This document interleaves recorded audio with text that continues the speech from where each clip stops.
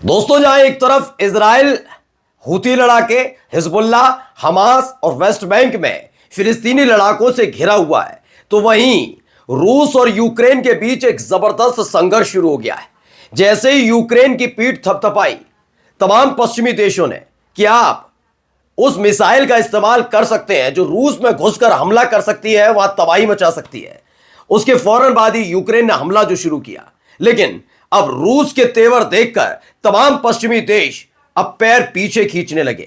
आज की कई बड़ी खबरें रूस यूक्रेन युद्ध के साथ साथ मिडिल ईस्ट की आपको दिखाने जा रहा हूं, लेकिन उससे पहले नजर डाल लेते हैं अब तक की हेडलाइंस पर। यूक्रेन के हमले से बुरी तरह भड़का रूस, अमेरिका ने जताई यूक्रेन पर बड़े हमले की संभावना। रूस के रुख को देखते हुए पश्चिमी देशों में मचा हड़कंप, यूक्रेन में अपने अपने दूतावासों को कई देशों ने किया बंद। यूक्रेन को रूस में घुसकर हमला करने की इजाजत पर भड़का तुर्की, जर्मनी ने भी सुनाई खरी खोटी। यूक्रेन के हमले के बाद रूस पर टिकी सभी की निगाहें, यूक्रेन पर मंडरा रहा परमाणु हमले का खतरा। द लाइव टीवी, सच सबसे आगे। नमस्कार, मैं हूं प्रज्वल गौतम और आप देख रहे हैं द लाइव टीवी। मैं वीडियो की शुरुआत करूंगा, लेकिन उससे पहले एक छोटी सी अपील आपसे करना चाहूंगा। जो स्क्रीन पर आप नंबर देख रहे हैं, जो QR कोड देख रहे हैं, उस पर जितनी संभव मदद हो में मदद कीजिएगा। आपका प्यार हम तक पहुंच रहा है और अपनी टीम की तरफ से सबसे पहले आपके लिए दुआएं और प्यार में भेज रहा हूं। तहे दिल से शुक्रिया आपका। लाइक, कमेंट और सब्सक्राइब के साथ साथ शेयर करना मत भूलिएगा हर एक वीडियो को। और अब आपको खबर की तरफ लेकर चलता हूं, क्योंकि आज मिडिल ईस्ट में जो खबरें हुई वो तो हमने आपको दिखा दी, लेकिन अब बारी आ रही है एक और संघर्ष की जो रूस और यूक्रेन से जुड़ा हुआ है।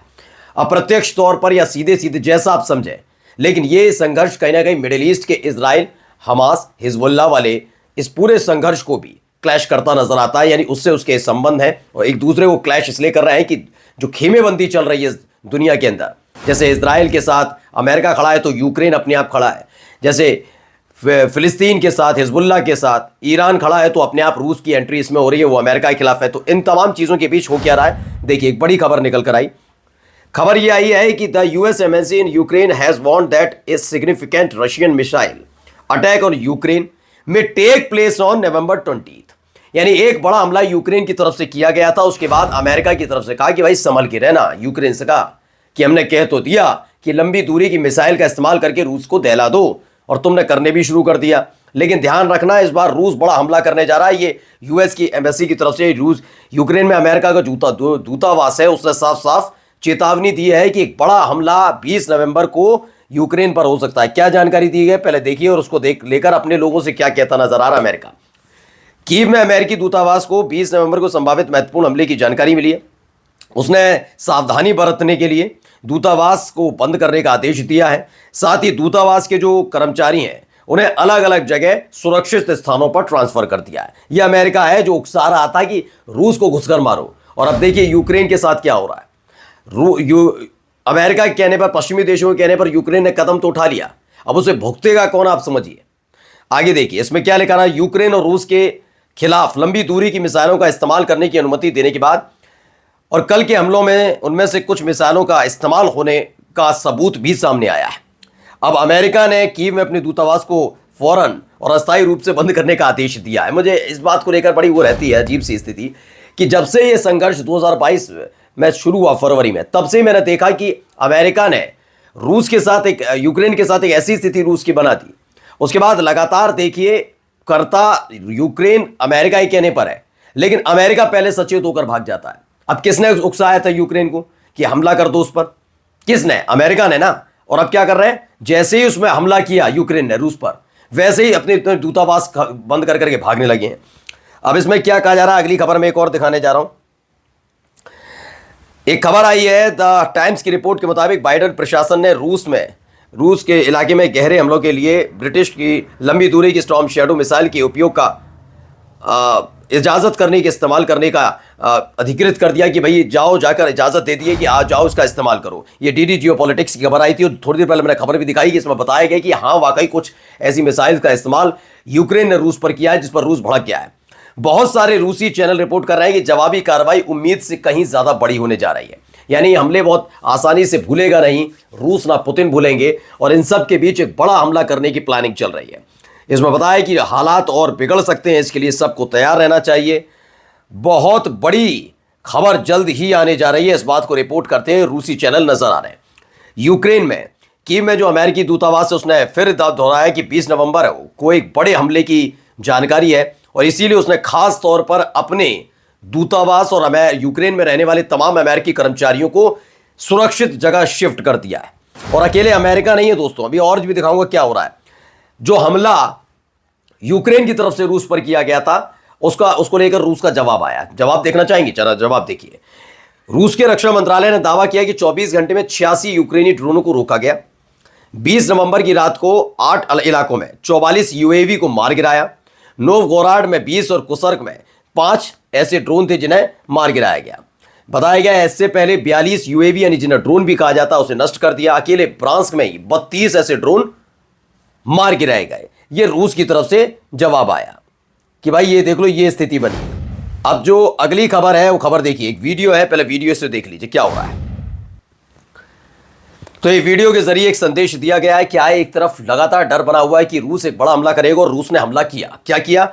रूसी सेना ने सुमी क्षेत्र में यूनाकोवका के पास यूक्रेन की जो ये फोर्स है, आर्मी है, मिलिट्री है, उसके समूह पर एक बड़ा हमला किया और दावा किया गया इसमें 50 कर्मचारी मारे गए। इसके साथ ही जालूजली के भाषण के बाद पोस्ट पर जाए ये तमाम जानकारी दी गई कि डीडी जियोपॉलिटिक्स की तरफ से कि एक बड़ा हमला रूस की तरफ से कर दिया गया है। इसे ट्रेलर के तौर पर रूस ने सबके सामने रखा है। अब जो अगली खबर है वो अमेरिका से ये वो अमेरिका और स्पेन के दूतावासों के बाद हमले के खतरे को देखते हुए इटली के दूतावास भी आज बंद हो गए। ये डीडी जियोपॉलिटिक्स की है, यानी किस किस के? अमेरिका के, स्पेन के और इटली के, तीनों के दूतावास वहां पर बंद हो गए। अब मैं वही दोहरा रहा था जो शुरुआत में आपसे कह रहा था कि आपने उकसा दिया, उसने हमला कर दिया और हमले के बाद अब जब रूस यूक्रेन पर हमला कर रहा है तभी अपने अपने दूतावास बंद करके भाग रहे हैं। यानी इन्हें फर्क नहीं पड़ता, ये सिर्फ अपने हिसाब से जीते। यही देखने को मिल रहा है। आपने हमले के लिए उकसाया और उसके बाद क्या किया? अब दूतावास बंद कर करके भाग रहे हैं। यही जानकारी कथी मेरनी ने भी दी पॉलिटिक्स जीआर की तरफ से। यूक्रेन में यूनानी दूतावास बंद हो गया, आज भी बंद रहेगा। ये दावा किया गया कि भैया ये बंद रहेगा, हमला हो सकता है। अमेरिकी दूतावास ने कहा कि बड़े संभावित हमले का डर है और हवाई हमला हो सकता है। इस बात की जानकारी अमेरिका की दूतावास की तरफ से कीव को दे दी गई है कि हमारे को अमेरिका से जानकारी मिली है, पेंटागन से। अमेरिकी खुफिया सूत्रों का मानना है कि अगले 24 से 48 घंटे यूक्रेन पर बड़े भारी हैं और रूसी हमला यूक्रेन पर हो सकता है। यानी आज रात ही एक बड़े हमले की खबर लेकर मैं आपके सामने हाजिर हो सकता हूं। लेकिन इन सब के बीच पेंटागन ने बड़ा आश्वासन भी दिया है। देखिए, एक तरफ अमेरिका कर क्या रहा है, पहले लंबी दूरी की मिसाइल का इस्तेमाल करो, कोई डरने वाली बात नहीं, अमेरिका खड़ा है। यूक्रेन कर देता है, जब वो कर देता है तो रूस हमला करता है, जब रूस हमला करता है तो अमेरिका, स्पेन, इटली अपने अपने दूतावास, यूनान, ये सारे अपने अपने दूतावास बंद करके भाग जाते हैं। अब जब ये दिख रहा है कि अमेरिका बैकफुट पर आ रहा है रूस के हमले के डर की वजह से, तो पेंटागन की तरफ से एक बयान आता। क्या कहा गया? अमेरिका का दावा है कि ऐसा कोई भी संकेत मिलता हुआ नजर नहीं आता जिसमें यह है कि रूस यूक्रेन में परमाणु हथियारों का इस्तेमाल करेगा। इन्हें, क्योंकि पुतिन ने आगे कह दिया था ना कि अगर ये सब करोगे, रूस के बॉर्डर के अंदर अगर बारूद की कण भी गिरती है यूक्रेन की या यूक्रेन के सहयोगियों की, तो वो परमाणु हथियार को इस्तेमाल करने से हिचकेगा नहीं। जब रूस के राष्ट्रपति का ये बयान हो तो ऐसे में डरना तो लाजमी होता ही है। अब ऐसे में क्या किया जा रहा है? पेंटागन की तरफ से आश्वासन दिया रहा है, नहीं नहीं नहीं, ऐसा कुछ नहीं होने जा रहा।